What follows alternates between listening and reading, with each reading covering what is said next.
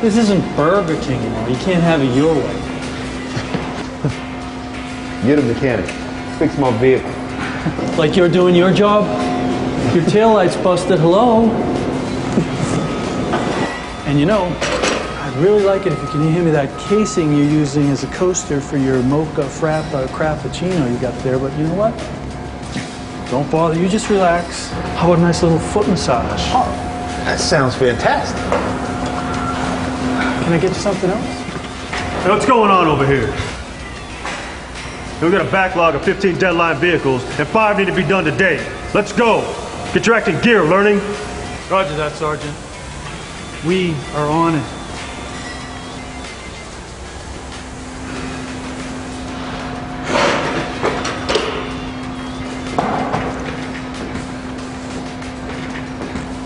Man, this sucks. Garrett's not even pulling his weight. This guy's ate up, sitting there with his feet up. It's his fault I just got chewed out by the motor sergeant. Come on.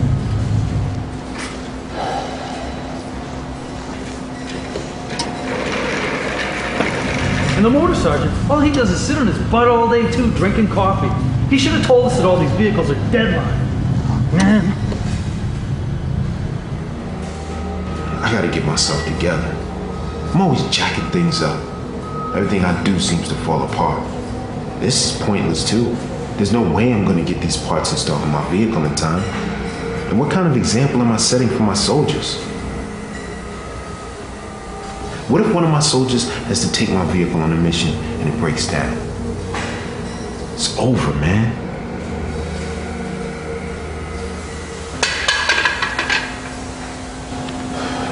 There goes my career. Hey man, I gotta say, that was not cool. You got him yelling at me when you're the one who needs to be carrying their weight around here. You gotta do your part too to get that vehicle out of here. Day's already long enough without you trying to make it longer for me. My bad, man. It's totally my fault. I didn't mean to get you in trouble. Just do what you gotta do to help me get that vehicle out of here. What the hell is wrong with me? My life is a freaking train wreck. Your life's not that bad. You ever consider it's the way you're thinking about things that's getting in your way? What do you mean? Well, from what I can tell, it seems like you're caught in a thinking trap. Always blaming yourself, thinking that everything's hopeless. It feels that way most of the time. That's because your thoughts are not allowing you to see how others are contributing to the situation, or how things are changeable and in your control. For example, look at what you did before the mechanic even started working on your vehicle. You saved the mechanic time by making sure everything was all topped off. I guess so. Yeah. That's initiative not always taken, Sergeant. And look at that. There was a lug nut missing on the vehicle, and you replaced it. It's not something everyone would catch. Well, that's my job. Safety first, right? That's right. Yeah. Someone who messes things up all the time, they wouldn't have caught that. Yeah. And there you went above and beyond, and you did more than the operator's level. You minimized time by helping the mechanic. And that is a good operator, soldier. I guess you're right. I didn't even think of it like that. I am a damn good operator. Yes, you are.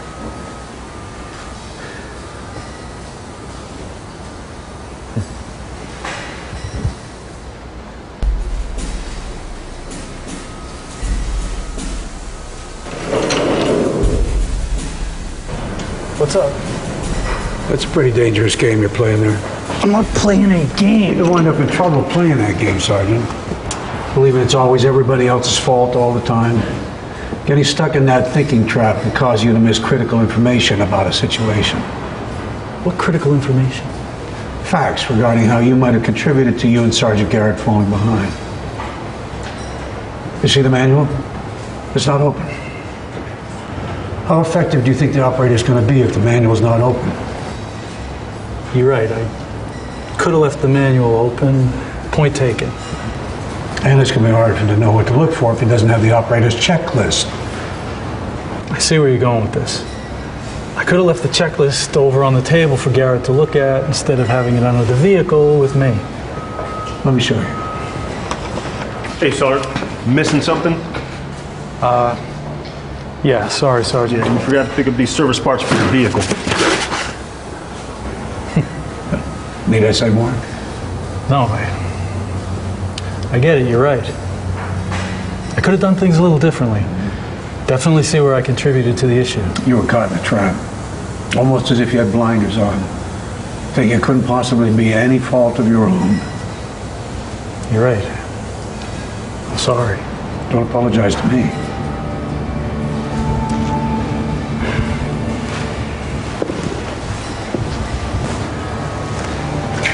Hey, man. Sorry I snapped at you earlier. Falling behind was my fault, too. It's cool, man. No worries. Let's just work together and get this thing out of here.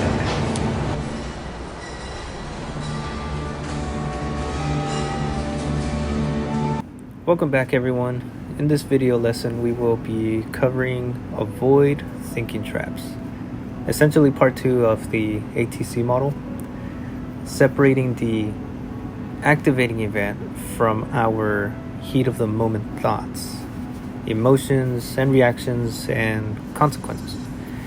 We learned that it's our thoughts that drive our consequences. What we think drives what we feel and what we do. This should sound familiar from the ATC lesson, and hope everyone remembers that, because again, we will be going over a lot of the same things that we learned during the ATC model. So now we're going to take a much closer look at our thoughts, at 6 different patterns in thinking, or thinking traps is what we're going to call them, that undercut resilience. We want to avoid them because they cause us to miss critical information about what's really going on. So by identifying the thinking traps that you tend to fall into, you'll learn how to correct those thinking traps so that you're seeing those situations accurately, flexibly, and thoroughly, so you can better fix what's going on. Now let's move on to thinking traps, and this is based on the work of Aaron Beck and Martin Seligman. Right, one of those names should sound familiar. Let's start with the definition. What do we mean by thinking traps? Thinking traps are overly rigid patterns in thinking that can cause us to miss critical information about a situation or individual. So what do you think are the key words in this definition of thinking traps? I would say overly rigid patterns. And I say this because this is how thinking traps would get us into trouble. They are patterns and they are rigid. And so they make it hard for us to be flexible and to be agile in our thinking. The other key term in this definition I would point out is miss critical information. So imagine thinking traps as blinders, that you're wearing a set of blinders, and because you're wearing blinders, you can only see a piece of what's going on. And because of those blinders, you're unable to see the full situation. So that's what thinking traps, in a sense, is. These thinking traps cause you to miss things or limit our situational awareness. And we'll go over on each of these 6 thinking traps that can undercut resilience and drive to consequences that might not be productive. Then we'll talk about how to get out of those thinking traps if you ever find yourself in one. Okay, we'll be going through each of the 6 thinking traps, and you'll notice that this is just our ATC model. Should look familiar. These thinking traps are just thoughts. They're patterns in our thinking, the thoughts that pop into our heads in the heat of the moment. So now we're going to look at each of these 6 traps and the way they might undercut our resilience. Now, the first thinking trap we call jumping to conclusions. And the definition, as you see here, is believing that one is certain about a situation despite having little or no evidence to support it. So again, let's take a moment and point out some of the keywords in this definition of jumping to conclusion. I want to point out believing with certainty and little or no evidence. Let's think about that for a second. When you believe with certainty that you are certain in your perception, in your belief, what do you think that leads to? It could be stubbornness. Maybe you act upon it. And so the problem with jumping to conclusions is that it can lead to impulsivity. In other words, it's ready, fire, aim, without having all the data or knowledge needed, as opposed to ready, aim, fire. See what I did there? Ready, fire, aim is definitely not a winning strategy. Okay, so it leads to impulsivity. Now, we call this thinking trap the mother of all thinking traps. And what I mean by that is, it's not because it's the worst. It's the mother of all thinking traps because each of the other 5 are going to be jumping to a conclusion of some sort. But now we're going to look at specific conclusions that people jumped into.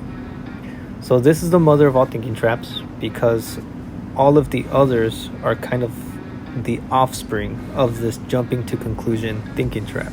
It's the category, and all of the others fit under the title of jumping to conclusion of one sort of another. All right, now let's do the next one. This one we call mind reading.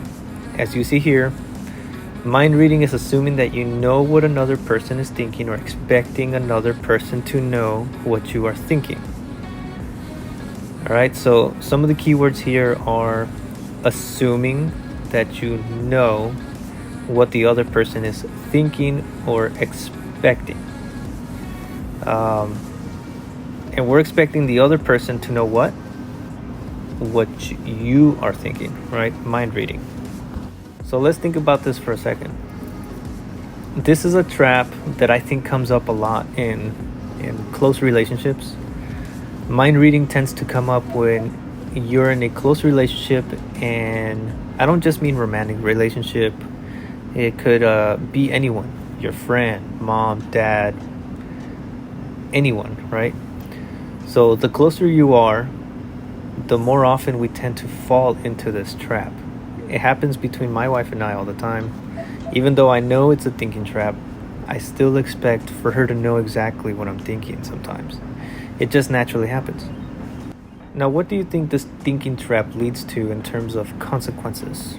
Or what does it shut down? It shuts down communication. This is because when I'm mind reading, what I'm not doing is talking, speaking, or asking questions. It blocks communication. And this is how it undercuts resilience. All right, let's do the next one. This is the me thinking trap. This is when you believe that you are the sole cause of every problem you encounter. So what are the keywords here? Believe is one. Sole cause, not a contributor, or not it was partially my fault, but sole cause of what? Every problem, right? Not just one problem, but people who are in the me thinking trap believe that they are the sole cause of every problem they encounter. So what consequences you think this would drive to? Okay, what emotions you think this me thinking trap will lead to? Could be having a lack of confidence, embarrassed, guilt, or sad. And because it isn't an overly, or because it is an overly rigid pattern of thinking, You're not just feeling sad or guilty or embarrassed. Sometimes you're feeling it most times, and this will also undercut resilience. Okay, now the next thinking trap. Them. Ultimately, this is just the opposite of me. In this thinking trap is when you believe that other people or circumstances are the sole cause of every problem you encounter. So, keywords here, you should be pointing out believe. I also want you to point out other people or circumstances are the sole cause of every problem that you encounter. So let's think about what this drives to. If you're somebody that whenever something goes wrong, you believe it's because of other people or the world or circumstances like the weather. Here's a big one. The army. Whenever something goes wrong, you blame other people or the whole world. That's the them thinking trap. Now, I would say this drives to the emotions along the lines of anger. People who are stuck in this thinking trap of them, they can get angry. Even in situations that they probably don't need to. This is because, once again, they're missing critical information. This, in a sense, could also drive to kind of a victim mentality. Because if you believe that other people in circumstances are causing all of your problems, it can lead to kind of like, oh, well, it's always me, or I'm always the one that bad stuff happens to, and it's not my fault. It's the people of the world that are conspiring against me, right? Once again, this will also undercut resilience. If you believe you're a victim all of the time, that will definitely not motivate you and won't lead to resilience, in other words. The next thinking trap is the always. And that's when you believe that negative events are unchangeable and that you have little or no control over them. Okay, so what do you think the keywords are in this one? How about believe? Because it's a belief, right? What about negative events? Or what? Unchangeable. It's not that, this bad thing happened and it can change. It's saying this bad stuff is here to stay. It's setting up camp and it'll be here forever. One more thing besides unchangeable, little or no control. So bad stuff is happening and you are powerless to do anything about it. So that's the always thinking trap. Now I'm going to go over the next one, and then we're going to circle back and talk about how these two together can really drive to some devastating consequences from a resilience perspective. All right, so our next thinking trap, which is our last thinking trap of the 6, everything. So there's 2 parts to it, so let's divide it up. The first part is believing that you can judge one's worth or character based on a single event. And that might be judging someone else's worth or character, and it could also be judging your own worth or character. Think of this as a character assassination. In other words, you're assassinating someone else's or your own character based on one single event. Now back to the definition. Some of those keywords I want to point out to you are believing that you can judge one's worth or character. I also want to highlight single event. I say this because you don't have a ton of data or information to support it. You don't have a long history of evidence. It's a single event. Okay, that's the first part. Let's look at the second part. So the second part is believing that what caused the problem is going to negatively affect many areas of one's life. So whatever caused that one problem is going to cause lots of other problems too. I like to say it's the failure to compartmentalize. It's a big word. And the keywords here I want to point out to you. Believing. Again, these are all thoughts and beliefs. It's what caused the problem and also negatively affect. And last one, many areas. Now that's a lot of circles in this one. So the everyday thinking trap can be about character assassination or the failure to compartmentalize. Before we move on, we just covered 6 thinking traps. I want to elaborate in the difference between the always and everything thinking traps. So they tend to go together. If you're in the always thinking trap, you tend to also be in the everything thinking trap. But we can tease them apart. Okay, so let's think about always as time. You believe that whatever caused the problem is going to be around forever and you don't have any control to change it. Where the everything thinking trap is about scope, or how many domains of your life are going to be affected. Once more, always is about time, everything is about scope. Now when you put those two together, the always and everything thinking traps, when somebody falls into both traps, let's say when something happens, there's an activating event, and their mind convinces them that that bad thing is going to last forever. The always thinking trap, right? Time. And that problem is going to ruin all aspects of their life. Everything thinking trap, the scope. Always plus negative is a very problematic thinking trap style. It drives to helplessness. When you believe that bad things are here to stay and you have no control over them, and your mind convinces you of that, you will naturally start to feel helplessness. And by helplessness, I mean they give up or quit. Clearly, that can be a problem from a resilience perspective. Now we're moving on to how to retrain the brain in order to better avoid these thinking traps and not miss the critical information needed. We're going to do that by using mental cues and asking ourselves the critical question. The critical questions help us to notice the critical information we missed.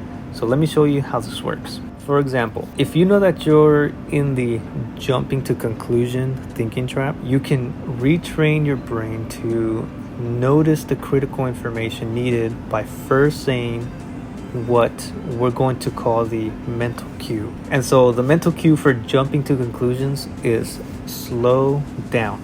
If I'm jumping into a conclusion, I'm going to say to myself, hey Karen, slow down. Slow down is the mental cue. It helps to pause for a second so I can have more control over my thoughts.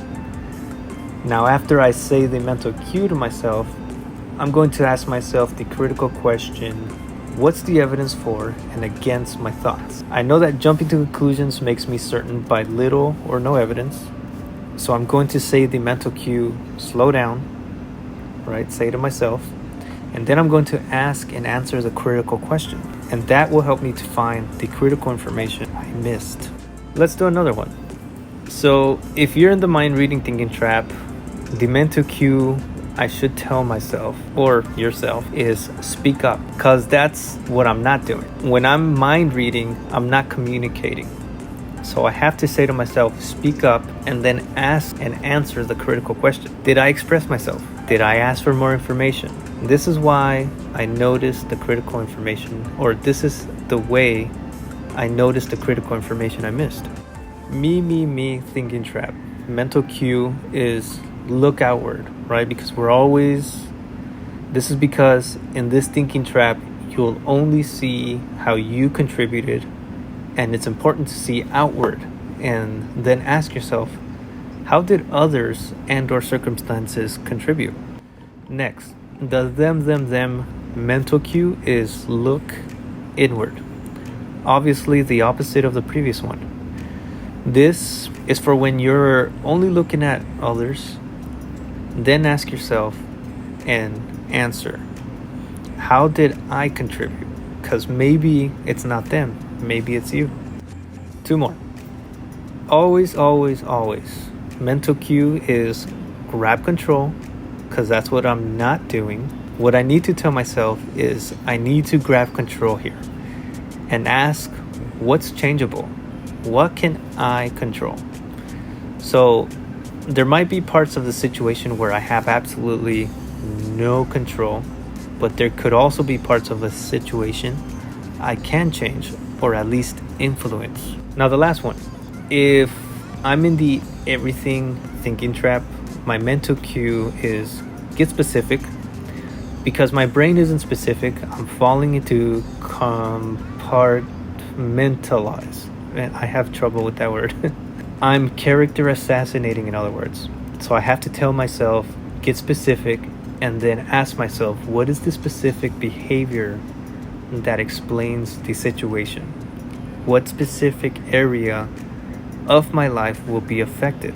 This will help you to notice the information you missed and enable you to be more resilient.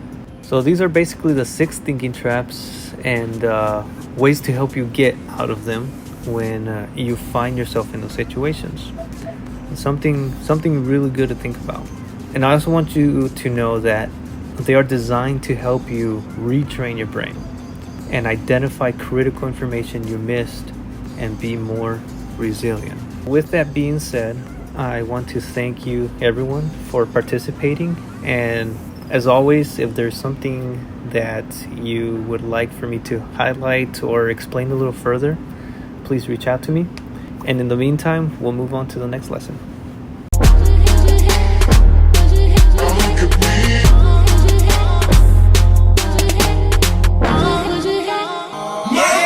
Look at me.